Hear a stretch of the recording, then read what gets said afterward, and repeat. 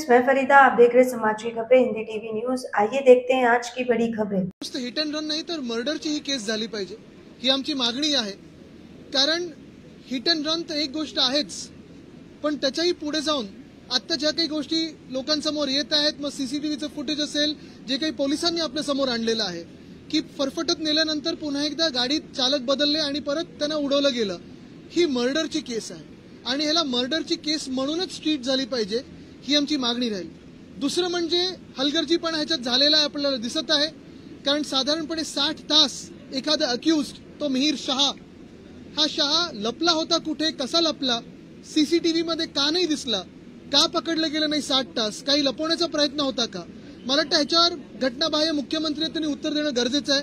आणि आम्ही पूर्णपणे आज विचार करत होतो की जर हे पकडले गेले नसते तर आंदोलन छेडायचं की काय, पण आज नशिबाने हे पकडले आहेत। पण आज माझी मागणी हीच राहील की नुसतं हिट अँड रन नाही तर मर्डरची देखील केस या मिहिर शाहवर टाकली पाहिजे।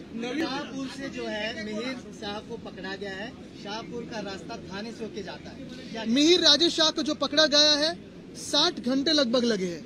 मेरा यही सवाल है कि 60 घंटे क्यों लगे, 3 दिन क्यों लगे?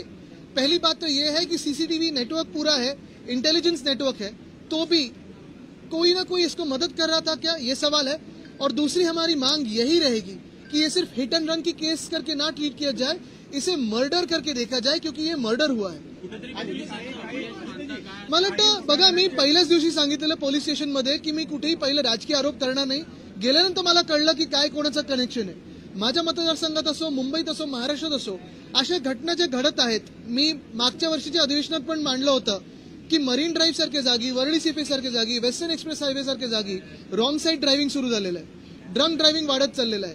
ट्रॅफिक पोलीस आपल्याला अजून नाक्यावर दिसत नाहीयेत, ते झाडाआड वगैरे दिसतात पण नाक्यावर दिसत नाहीत। आणि हे सगळं होत असताना किती वेळ तुम्ही नुसतं सीसीटीव्ही फुटेज आणि तुम्ही बँकेतून पैसे काढणार की जीपे करणार की फाईन लावणार, ही एक गोष्ट झालीच। पण दुसऱ्या बाजूला ही सगळं कृत्य करून तो व्यक्ती पळू शकतो, तो शाह पळू शकतो। हे कुठच्या देशात होऊ शकतं? 60 तास लागतात।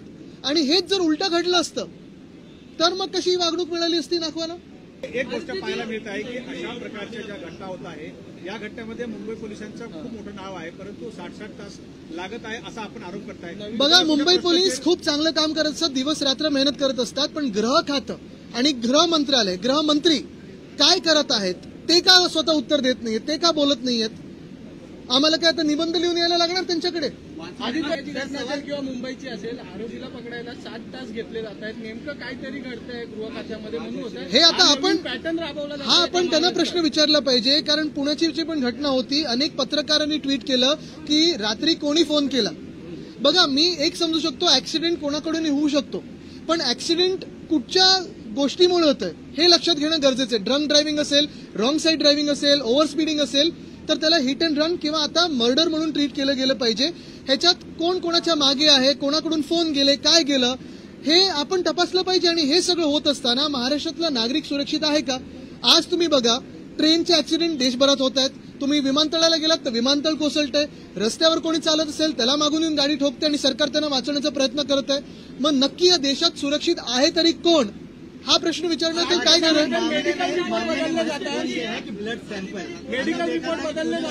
60 घंटों बाद ब्लड सैंपल मिलने वाला है आपको, जो उन्होंने लिया होगा वो उसमें मिलने वाला है आपको। मेरा सवाल और इसलिए मेरी मांग यही है, अभी ब्लड सैंपल या इसमें न जाते हुए जो सीसीटीवी में दिख रहा है, जो ड्राइवर ने भी कहा है, जो विक्टिम है उन्होंने कहा है, नाखवा जी ने कहा है, उसे मर्डर जैसे ही ट्रीट किया जाए। क्योंकि हिट एंड रन की तो एक बात होती है, लेकिन इन्होंने घसीटते हुए डेरी तक लेके गए और फिर रिवर्स में आके भी उड़ाया है, तो ये मर्डर ही है और मर्डर जैसे ही ट्रीट हुआ जाए।